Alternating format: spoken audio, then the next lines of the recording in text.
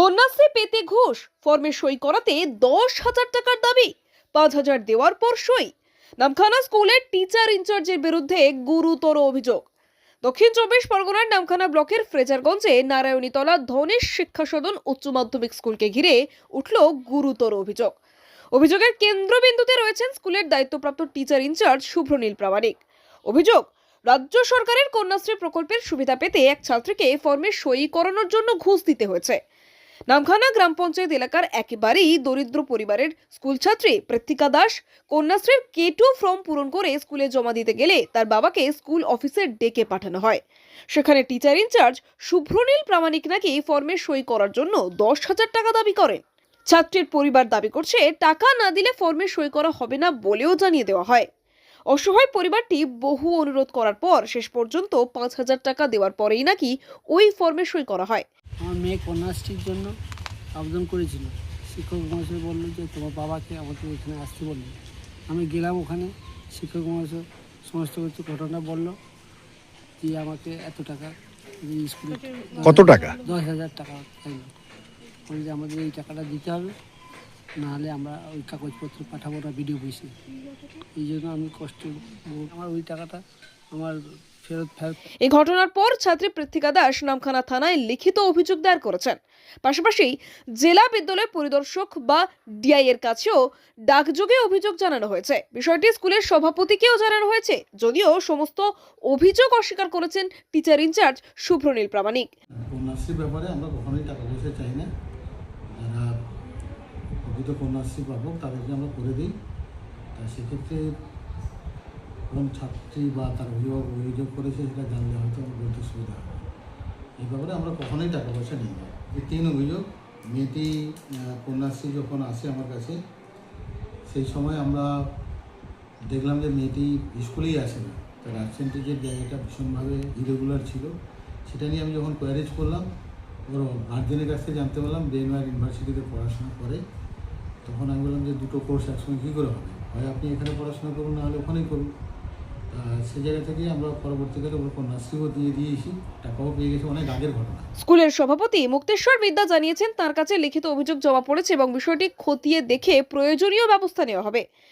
ইতিপূর্বে টাকা নেওয়ার ঘটনা আমার কাছে নেই, তবে একটা অভিযোগ আমার কাছে এসছে, যেখানে বলা হয়েছে যে আমার কাছে 10,000 টাকা চাওয়া হয়েছিল এবং 5,000 টাকা আমি দিয়েছি। মেয়েটার বাবা অভিযোগ করেছে আমার কাছে। তা আমার ধারণা এটা যে অভিযোগ করাটা আমার কাছে এসছে, এটা নিয়ে আমি ম্যানেজমেন্টের সঙ্গে স্যারকে নিয়ে আলোচনায় বসবো। যদি প্রকৃতপক্ষে প্রমাণ হয় যে টাকা নেওয়া হয়েছে, তাহলে আমি উপযুক্ত ব্যবস্থা করব। উল্লেখ্য, রাজ্য সরকারের কন্যাশ্রী প্রকল্প মূলত আর্থিকভাবে দুর্বল পরিবারের মেয়েদের পড়াশোনা চালিয়ে যেতে উৎসাহ দেওয়ার জন্য চালু করা হয়েছে। সেই প্রকল্পকে ঘিরেই যদি ঘুষের অভিযোগ ওঠে তবে তা স্বাভাবিকভাবেই উদ্বেগের বিষয়।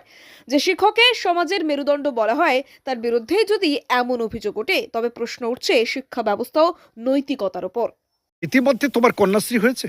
হ্যাঁ, কন্যাশ্রী ঢুকে গেছে। কিভাবে পেলে? কিভাবে পেলাম মানে আমি তো খুব একটা স্কুলে যাওয়া করি না, মানে এত দূর থেকে স্কুলে যেতে পারি না। বাড়িতে বাবা কাজে যায়, তো মার কাছে থাকি, মাঝে মাঝে স্কুলে যাই। তো একদিন আমাকে স্কুলে ফোন থেকে বলা হচ্ছে যে তোমার কন্যাশ্রীর জন্য আসতে হবে তোমাকে।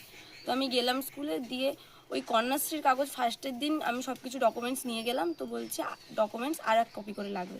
তো আমি জানতাম না। আবার কিছুদিন পরে আবার কপি নিয়ে গেলাম। সব কপি জমা দেওয়ার পরে আমাকে বলছে যে এখন কদিন পরে আসবে। তো তারপরে আমি কিছুদিন পরে গেলাম, যাওয়ার পরে যিনি হচ্ছে ওই কন্যাশ্রীর দায়িত্বে থাকেন উনি ছিলেন না, তাই অনুপবাবু ছিলেন স্কুলে। অনুপবাবুকে আমি বললাম, অনুপবাবু সব কিছু করে টোরে একটা কাগজ দিল। তো এই কাগজটা হেড স্যারের কাছে মানে শুভ্রনীল বাবুর কাছে সাইন করাতে হবে। তো আমি স্যারের কাছে একজনকে দিয়ে পাঠালো। তো উনি বললেন যে যার কাগজ তাকে যেতে হবে। তো আমি গেলাম, যাওয়ার পর আমাকে বলছে যে তোমার কাগজ তো তুমি এখন পাবে না, তোমার গার্জিয়ানকে নিয়ে আসবে। তো আমি গার্জিয়ানকে বললাম, তো বাবাকে ফোন করে বললাম। বাবা গেল 2 দিন পরে। যাওয়ার পরে আমাকে বললো যে তুমি বাইরে যাও, তোমার বাবার সাথে আমার কিছু কথা আছে। তো বাবার সাথে কথা বলার পরে বাবা বেরিয়ে আসার পরে আমি বাবাকে জিজ্ঞেস করছি তো কী হয়েছে। বাবা বলছে যে হয়েছে, উনি বলছে যে স্কুলের ডেভেলপমেন্টের জন্য 10,000 টাকা দিতে হবে। না যদি টাকা দেওয়া হয় তাহলে আমাকে ওই কাগজটা দেবে না। কাগজটা না দিলে আমি তো ওখানে জমাও দিতে পারবো না বিডিও অফিসে। তো বলতে আমি বলছি ওনাকে বলোনি যে কিছু কম সম করার কথা। বাবা বললো যে হ্যাঁ বলেছিলাম কম সম করার কথা, উনি তো করেননি কোনোভাবে কোনো কিছু। আমি বললাম যে আচ্ছা ঠিক আছে। তাহলে বাবা এসে ওই লোকের হট করে তো এতগুলো টাকা কারোর কাছে পাওয়া সম্ভব না না। তারপরে লোকের কাছে এসে টাকা চাওয়ার পরে কিছুদিন পরে স্কুলে গিয়ে জমা দিয়ে আসার পরে তো বাবা বলেছিল যে জমা দিয়েছি, তো আমাকে কিছু কাগজ মানে আমি যে আপনাকে টাকা দিয়েছি স্কুলের ডেভেলপমেন্টের জন্য তার একটা রিসিপ্ট কপি বা কিছু উনি বলছি এই রিসিপ্ট কপি কী হবে, এর জন্য কোনো রিসিপ্ট কপি নয়, আপনি মুখে দিয়েছেন ওটাই অনেক। দক্ষিণ 24 পরগনা থেকে গোপাল সিলের রিপোর্ট, ডিএন নিউজ বাংলা।